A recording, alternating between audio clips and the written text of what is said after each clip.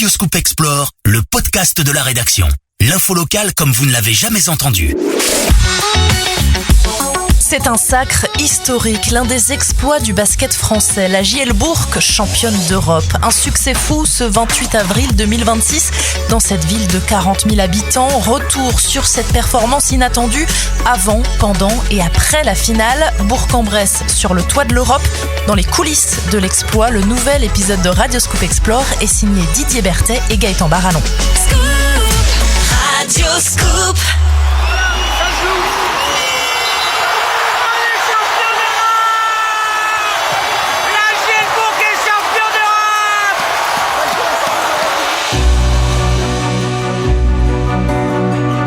Ce cri, c'est celui d'une ville, celui d'un club, celui d'un exploit. En battant Beşiktaş, au bout du suspense, la JL Bourg décroche le premier titre majeur de son histoire. L'Eurocoupe, la petite sœur de l'Euroleague. Un trophée, pour certains moins prestigieux, finalement tout aussi savoureux.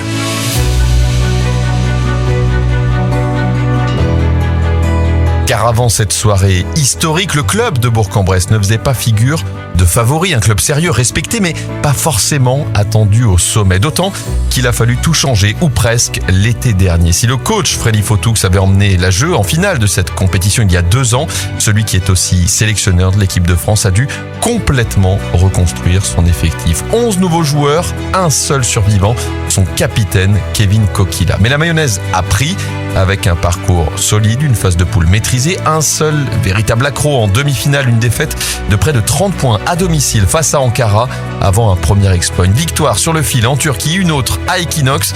Et voilà la JL de nouveau qualifiée pour la finale en position de remporter un titre.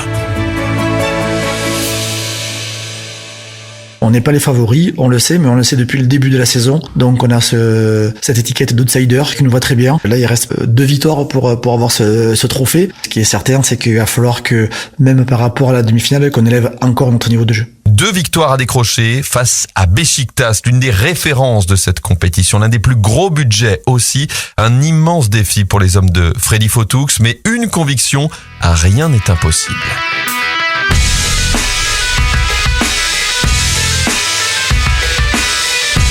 La preuve, dès le premier match, dans l'enfer d'Istanbul, la JL sort la prestation qu'il faut. Une défense de fer, une intensité impressionnante, une victoire majuscule. De quoi s'offrir une première balle de titre à domicile quelques jours plus tard. Fantastique, il nous reste plus qu'un match à gagner et on va être champion d'Europe. Je pense qu'on a fait le plus gros ce soir et mardi à la JL ça va être de la folie. On a déjà mis une main sur la coupe, mardi il faudra mettre la 2e main sur cette coupe pour qu'elle soit à nous. Ce qu'on a fait ce soir c'est énorme, on était les challengers, tout le monde nous donnait perdant et on l'a fait. Des supporters très confiants et des dirigeants impatients. C'est certainement le plus beau et le plus grand. Julien Desbottes est le président de la JL Bourg.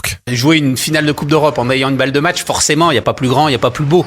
Et je sais de quoi je parle, ça fait 40 ans que je suis dans le club, donc démonter, j'en ai vécu, quel que soit le niveau, des descentes, des titres. Les jeunes ont montré la voie aussi, avec des titres en U18, en U21. Maintenant, c'est aux seniors, c'est aux pros d'y arriver. Voilà, on a touché du doigt déjà quelques finales, quelques-unes seulement, on sait que c'est l'Himalaya, mais on va tout faire pour la prendre.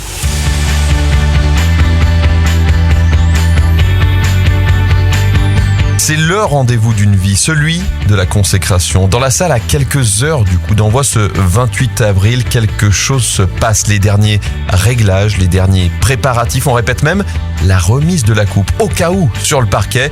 Juste à côté, Radioscoop est en direct pour une émission spéciale à soirée exceptionnelle, dispositif exceptionnel et l'ambiance monte.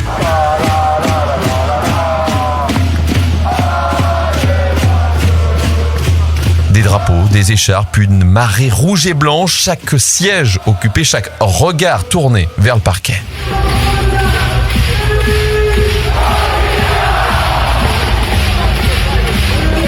À Equinox, l'atmosphère est électrique, la tension palpable, le match serré, très serré. Bourg maîtrise, Beşiktaş revient, la JL reprend le large, puis les Turcs recollent. Il reste 15 secondes à jouer, égalité parfaite, tout peut basculer, tout va basculer.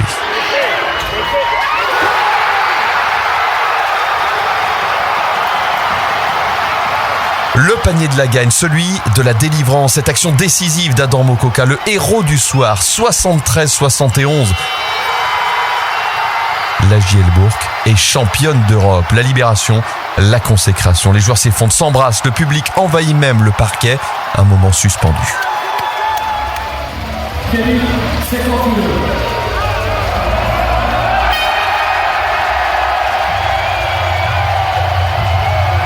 Kevin Kokila qui brandit ce trophée sur le parquet d'Equinox, un capitaine aux anges comme ses coéquipiers Ivan Mbaya et Adam Mokoka.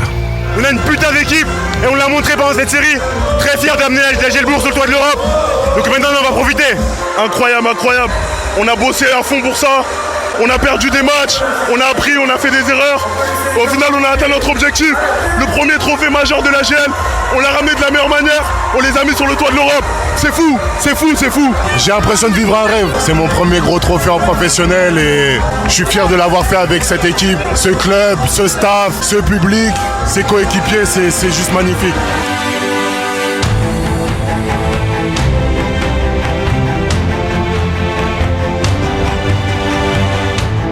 Des célébrations qui se poursuivent ensuite jusque tard dans la nuit avant de reprendre dès le lendemain. Rendez-vous fixé à 12h30 devant l'hôtel de ville de Bourg-en-Bresse. Invitation lancée par le maire Jean-François Debat.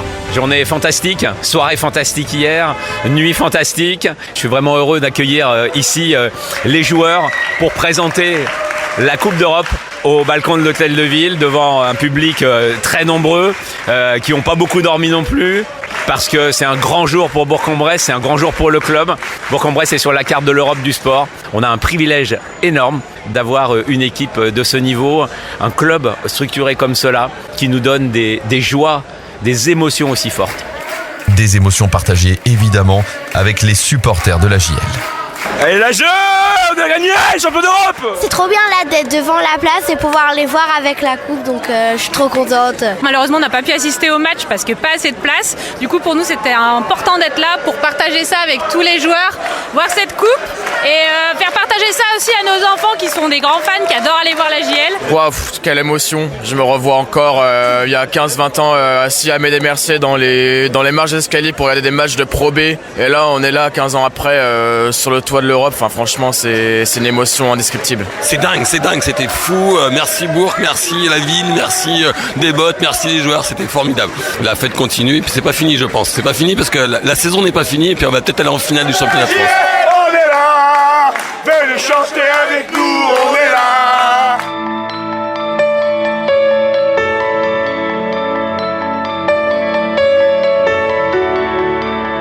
Alors oui, la saison n'est pas finie, mais le jeu doit déjà se projeter puisque ce sacre en Eurocoupe lui ouvre désormais les portes de l'Euroleague. Un ticket à accepter ou non, puisque Bourg va devoir changer pour cela de dimension, avec un cahier des charges à respecter, un budget à doubler, une masse salariale à tripler, des partenaires à trouver, sans parler de la salle trop petite. Faut-il l'agrandir, déménager, espérer obtenir une dérogation? Tout un tas de questions que vont se poser désormais le président Julien Desbottes et ses équipes. Le fait de mettre en danger la pérennité du club, tout simplement. Il y a pas mal de clubs où on a des hommes providentiels qui peuvent mettre une fortune personnelle pour combler des déficits. Les 3 clubs français qui font l'Euroleague sont largement déficitaires parce que c'est une machine à laver, quoi. Il y a 20 équipes, donc 38 matchs. Il faut des budgets de déplacement énormes. Il faut jouer des fois dimanche, mardi, jeudi, dimanche. Donc je crois que parmi les erreurs, il y a celle de se prendre pour un autre. On va essayer que ce ne soit pas le cas. En tout cas, on va regarder ça sereinement parce que refuser des affiches comme Gielbourg-Barcelone, Gielbourg-Belgrade, ça doit se réfléchir aussi. Mais on ne pourra pas faire n'importe quoi non plus. En attendant en tout cas de trancher, la Gielbourg peut savourer. Alors qu'elle jouait encore en Pro B, rendez-vous compte, il y a 9 ans. Elle vient d'écrire tout simplement la plus belle page de son histoire.